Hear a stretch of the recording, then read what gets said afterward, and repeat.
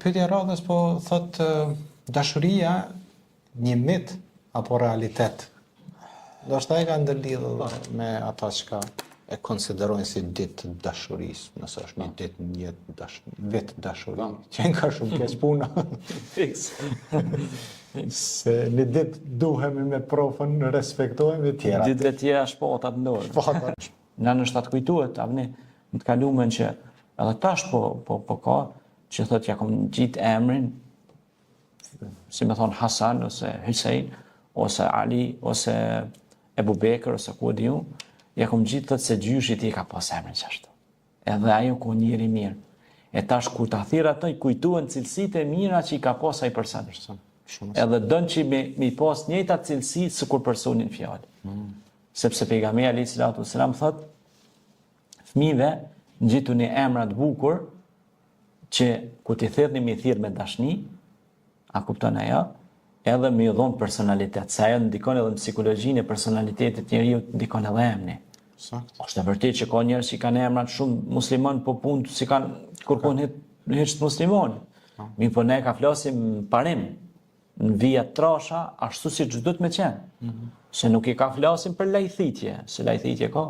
Sa dush. E tash dashuria nuk është thjesht një ditë, ose një javë, ose veç mujt mjaltit. Po dashuria është tërë jetën. E dashuria më e bukur e më mira është kundërzimi me martesë. Kjo është dashuria më e bukur. Sakt. Pse? Se kjo është dashuria sinqertë. Sepse nëse bëhet kundërzimi do të thotë që këta dy janë betu që do të jetojnë bashkë dhe do të vdesin edhe me shpresë të Zotit takohen edhe në xhenet së bashku, burri dhe gruaja. Kurse ajo dashuria e rëndësake që i quajmë kështu, e mashtrueshme, mund të jetë ndoshta për para. Mund të jetë për interesat kësaj dunjaje. Po asaj del shpejt boja. Sepse njëri një ditë mundet me qenë pasunik, me pas shumë para, një ditë mund të jetë fukaraja e dunjas.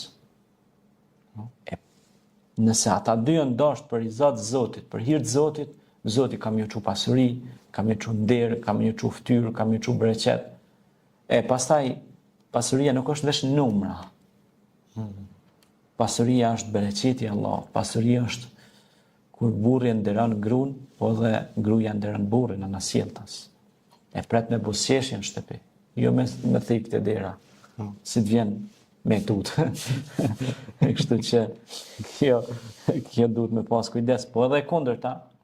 Edhe burri qërmaqeren që të maqojnë, edhe ai duhet me pas kujdes, se nuk është ajo qika dikujna, është motra dikujna, e nuk është sklave.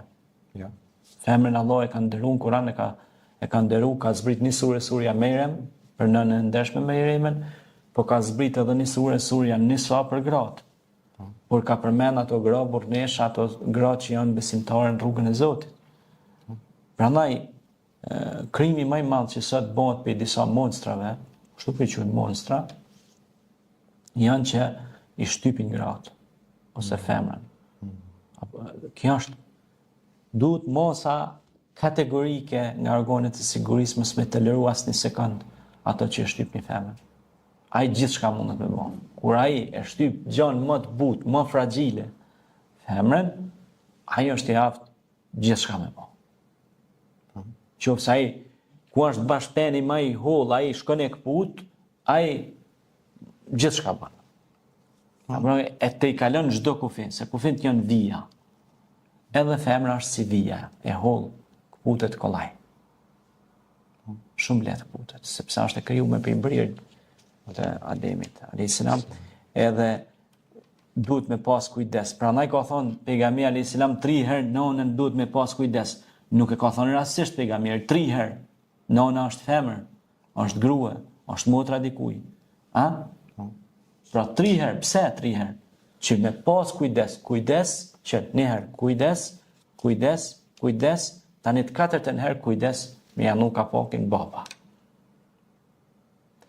Prandaj duhet shumë kujdes, e jo me i majtë për shembull ka raste që pi shohim raste që kemi lexuar për shembull në libra, ose ka emisione Dela I biri botës, kalon me qiken e huj para 5.000 kamerave, 2 milion shikimeve,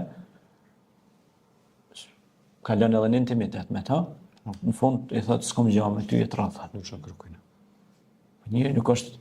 Njeri nuk është pe gurit, bre. Absolut. Ka ndjenja, në qoftë se asaj femrës, ati moshkull I hupi ndjenjat, çka bëhat me ta? Ai humbet kuptimi I gjithë shkafit. Prandaj duhet shumë kujdes. Jo në amanete.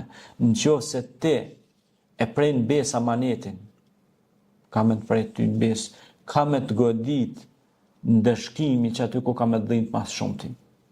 Po flas konkretisht. Në qoftë se ti abuzon me femrën, me qiken e dikujna, ka me orë momenti që ty ka me të këthy që është I gjetë me helem, ka me të godit që aty ku të dhem mas shumë të shpirt, ki me vujt të njetën. Mashallah, në avni, unë po flasë diçka timen personale.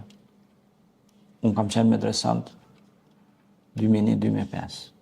Kam përfundu medrese. Kemi qenë 3, adoleshent. Kemi qëndru me Kur'an dorë. Por, flasë për vete personalisht. Shqicimi im gjithmonë ka qenë poshtë. Dhe jam mundur gjithë jetën time të arruj nderin dhe dinjitetin tim. Përkundër sfidave që kemi çdo ditë, si njerëz. Dhe falemnderoj Zotit, Zoti na ka kthyer familjen në mirësi. Sepse nëse ti nuk e ruan nderin dhe dinjitetin, do vi dita që të t'jeket moska. Edhe do jetësh pra Allahu na ruajt. Prandaj pejgamberi alayhis salam tha, dashuria është me martesë e jo me zine. Sepse shumë njerëz sot e kanë ngatruar dashurinë, që është dashuria sinqertë dhe martesa me zine. Thotë jam dashuru, kom zonë dashnore. Ose kom zonë të dashur, thotë. E çka ndodh? Kalojnë 2-3 javë, ndahen. Kalojnë 2-3 javë, ndahet, shkutu, shka është kemër. Aji eksperiment apo njeri. Nuk bëhet eksperiment me ndjenjat e njeriut. Ose me trupin e njeriut. Qoftë larë.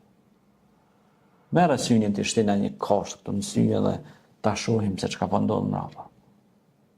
Kam në shku në është një vetë, edhe a ki mu shëru. Po me prejk në I retina, në I pjesë syrit, mund është për gjithmonë me marë fund. Do thënë nuk mund është me po tani me qatë sy. Pra janë gjëra që t'javni e din shumë mirë që janë gjëra që s'luhet me ta. S'ka hajgore. Ashtu me trupin e një mashkull dhe se një femri nuk bëhet hajgore. Ka hajgore me njeriun. Allahu thot për njeriun, laqad khalaqna al-insana fi ahsani taqwim, e kam ngrit njeriun në shkallën më të lartë. Thumma radadnahu asfala safilin. Po çka bani ky njeri? Shkoi e uli veten e qiti në fund atë gropës. Zoti na ruaj. Amin.